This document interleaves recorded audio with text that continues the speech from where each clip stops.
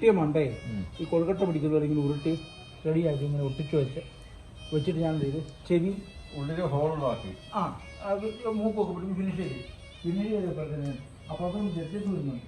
ഇപ്പോഴത്തെ വെള്ളിമ ഉണ്ടാക്കുന്ന വെപ്രാളത്തിന് മേശ തട്ടി മേശ പറ്റാ പഴയ വാടക മേടിക്കുന്ന മേശ ഈ സാധനം കുലുങ്ങിയപ്പോഴത്തേനും ഈ മേളിൽ ചെയ്ത സാധനമാണ്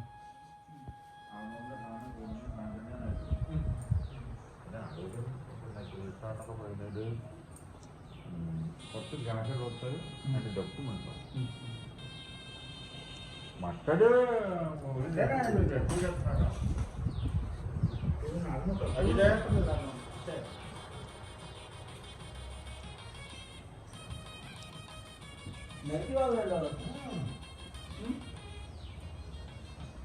പക്ഷെ അത് കുറച്ചുകൂടെ വായിച്ചാലേ എൻ്റെ മെയിൻ കണ്ടു. അപ്പോൾ ഈ വീക്ക് ആക്കാനുള്ളതാണ് 60%. 40% രോഗത്തിലുള്ള മരുന്നുമായിട്ടാണ് ഒരു മോഡേൺ മെഡിസിൻ മിനറൽ കോമ്പൗണ്ട് ഉണ്ടാക്കുന്നത്. അപ്പോൾ നമ്മുടെ കുറേ കാലം മരുന്ന് കഴിച്ചു കഴിയുമ്പോൾ നമ്മുടെ ഇമ്മ്യൂൺ സിസ്റ്റം ഡോർമെന്റ് ആവും. ഈ സമയത്ത് മുറിവുകൾ ഉണ്ടായാൽ പ്രതിരോധശേഷി ഇല്ലാത്തതുകൊണ്ട് അവിടെ കോശങ്ങൾ നശിക്കും. അതുകൊണ്ടാണ് വ്രണമാവുന്നത്. അപ്പോൾ കോശങ്ങൾ നശിച്ചുകൊണ്ടിരിക്കും. പിന്നെ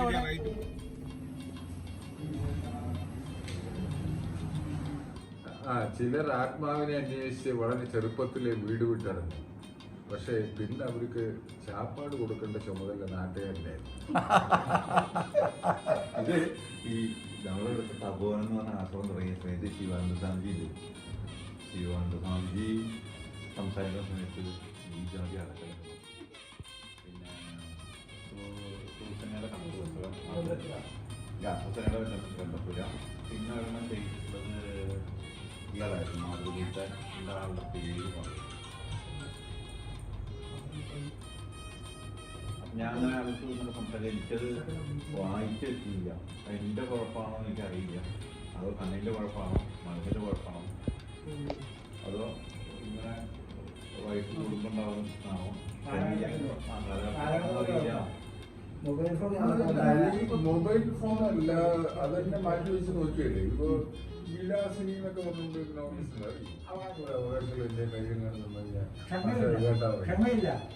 ക്ഷമയില്ലാത്തല്ല പ്രശ്നം.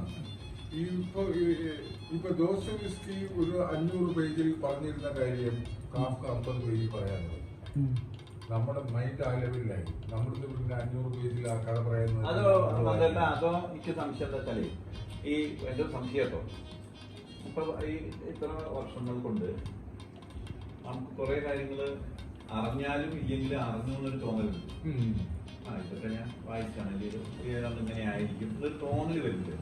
അപ്പൊ ഇത് വായിച്ചു തുടങ്ങുമ്പോ തന്നെ നമുക്ക് ഇത് ഇങ്ങനെയാണെന്ന് തോന്നുമ്പോണ്ടാവുന്ന ഒരു മടുപ്പ്, അതിനേക്കാൾ ഡെപ്ത് ഉള്ള വിഷയം വേറെ ആൾ ഈ പറഞ്ഞ പോലെ 100 പേജിൽ ചെയ്യുമ്പോൾ അത് നമുക്ക് വായിച്ച് കഴിയുന്നുണ്ട്. അപ്പൊ ഞാൻ മുകുന്ദന്റെ ഞാൻ എന്ന് പറഞ്ഞ പുസ്തകല്ലേ അത് പിന്നെ സാധാരണ ഗതിയിൽ നമുക്ക് ഒരു ഇരിപ്പിന് വായിക്കണമല്ലോ. അങ്ങനെ ഇരുന്നു ആവശ്യമൊന്നുമില്ല. പക്ഷെ ഇപ്പൊ നമ്മൾ 3 ആഴ്ച ഗ്യാപ്പ് വെച്ചിട്ട് പഴയ പുസ്തകം നോക്കുമ്പോൾ നമുക്ക് കണക്ഷൻ കിട്ടുന്നില്ല. എനിക്ക് അതുകൊണ്ട് യൂറോപ്യൻ കപ്പ് കളിയുണ്ടോ, രണ്ടാമത്തെ കളി 12ക്ക് തുടങ്ങിയ കളി കാണുന്നുണ്ട്, വാശിയിൽ ഇരുന്ന് കാണുന്നുണ്ട്. ദിവസം എന്താ കഴിഞ്ഞു പരീക്ഷണവർക്കാവണതും ഐലൻഡിലേക്ക് പോണതും കുറെ സംഗതികൾ. അപ്പൊ അതൊക്കെ നമുക്ക് ഇപ്പോഴും ഓർമ്മയില്ല. ബാക്കിയുള്ളത് ഏറ്റവും ലേറ്റസ്റ്റ് ആയിട്ട് പുസ്തകം വായിച്ചു എന്താ സംഭവിച്ചതെന്ന് അറിയില്ല. നമ്മളെ കുഴപ്പമാണോ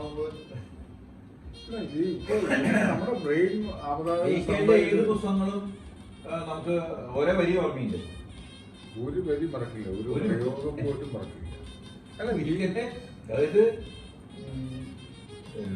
ആ കാവിയിലൊക്കെ പറഞ്ഞ സാധനങ്ങൾ വൈകാട്ടായിട്ട് ഞാൻ ഒരു 2 പേജൊക്കെ പറഞ്ഞിട്ടായിരുന്നു. പക്ഷെ ആ സംഭവങ്ങളൊക്കെ നമുക്ക് ഇപ്പോഴും ഓർമ്മയുണ്ട്. പരാന്ന ബുക്കുകൾ ഒരു പട തന്നെ ഉണ്ടായി.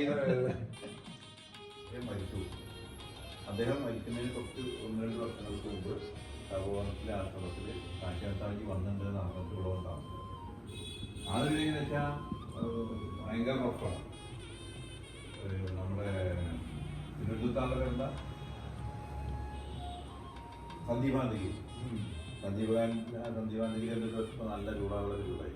ഇതൊന്നും പ്രശ്നമല്ല. ഇവിടെ കൊണ്ടുപോട്ടിരിക്കുന്ന കുഴപ്പം ശരിക്കും ഞാൻ അവിടെ പോയി ഈ ബേസിക്കലി സിദ്ധാർത്ഥ ഉപയോഗിച്ച് സാൻസ്ക്രിറ്റ് പഠിച്ചിട്ടില്ല. പക്ഷെ ഞാൻ അവിടെ പോയപ്പോഴാണ് മനസ്സിലാക്കി നമ്മൾ ഉച്ചരിക്കുന്ന വാക്കിന്റെ അർത്ഥം നമ്മൾ വിചാരിക്കുന്ന അർത്ഥമേ അല്ല.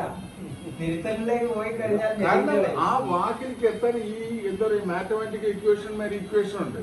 ഈ അറ്റത്ത് തുടങ്ങിയാലേ നമ്മൾ ആ വാക്കിൽ എത്തുള്ളൂ. അല്ലാണ്ട് ഒരുമിച്ച് പോയിട്ട് അവിടെ പോയി കയറാന്ന് പറഞ്ഞത് മുറ്റത്താണ്.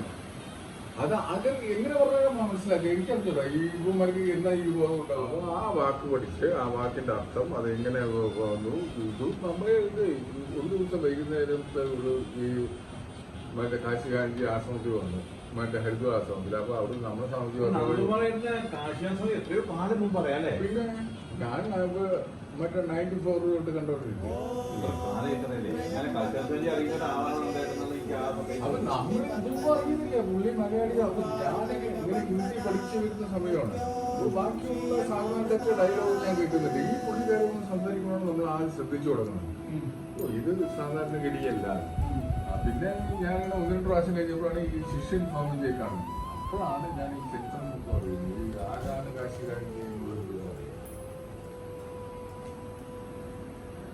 ഒരു ദിവസം വൈകുന്നേരം വന്നപ്പോൾ അവിടെ അമ്പലത്തിൽ മറ്റേ ആശ്രമത്തിൽ 10-20 ഭക്തന്മാരുണ്ട്. അപ്പൊ അവര് വൈകുന്നേരം ആരുടെയെങ്കിലും 2 പേർക്ക് സത്സംഗം വേണമെന്ന് പറയും. അപ്പോൾ നമ്മുടെ ആശ്രമത്തിൽ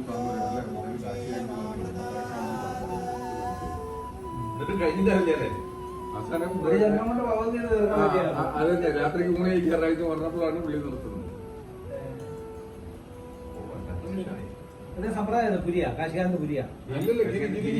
ഞങ്ങളുടെ മഹാനിർവ്വാണിയൊക്കെ അടുക്കുന്നത്. അതുകൊണ്ട് നമ്മുടെ ആശ്രമമായിട്ട് അടുക്കുന്നത്. ഗിരിയെല്ലാം മഹാനിർവ്വാണി സലീലിന്റെ ഒക്കെ പുരികളാണ്.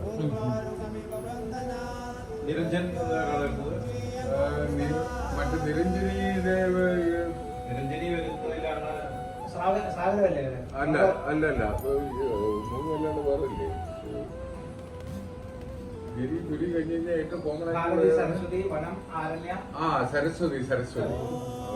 ഞാൻ ഇടയ്ക്ക് ബോംബെ ആശ്രമത്തിൽ പോയിട്ട് അവർക്ക് മുമ്പിൽ പൂനെ പോയിട്ട് കുട്ടികൾക്ക് പറഞ്ഞു രജനീഷിന്റെ ആശ്രമം ബാക്കി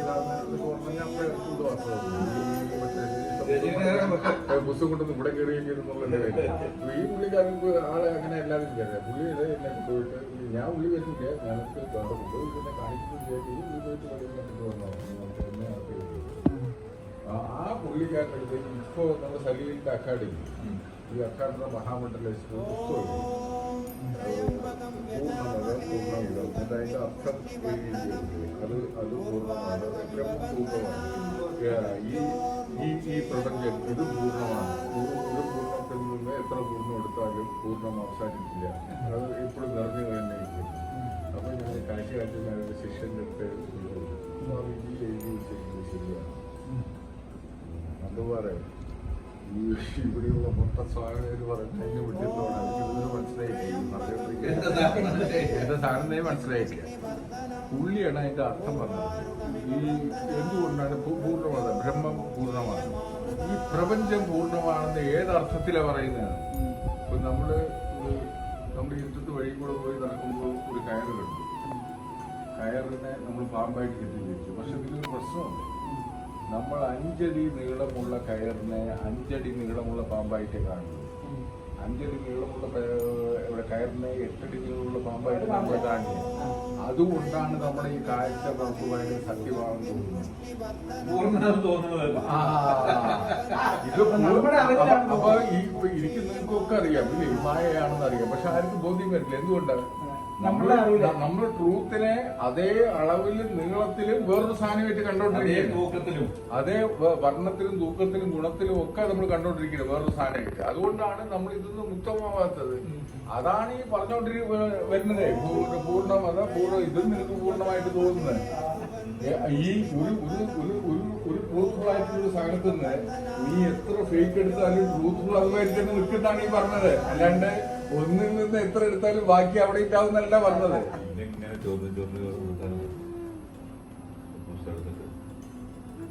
ഷോഡശ സംസ്കാരത്തിലെ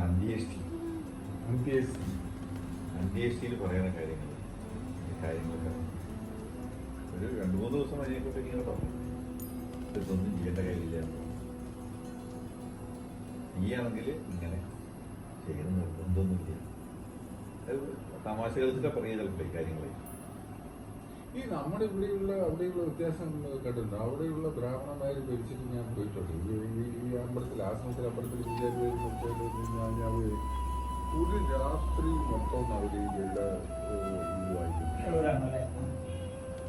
ഒരു രാത്രി മുഴുവൻ. ഞാൻ വിചാരിച്ചു നമ്മളവിടെ ഈ പരിപാടി ഞാൻ കണ്ടിട്ടില്ലല്ലോ. അവിടെ നമ്മുടെ ഫിക്സഡ് മന്ത്രങ്ങളല്ലേ ഉള്ളൂ. അവിടെ 3 നൈറ്റ്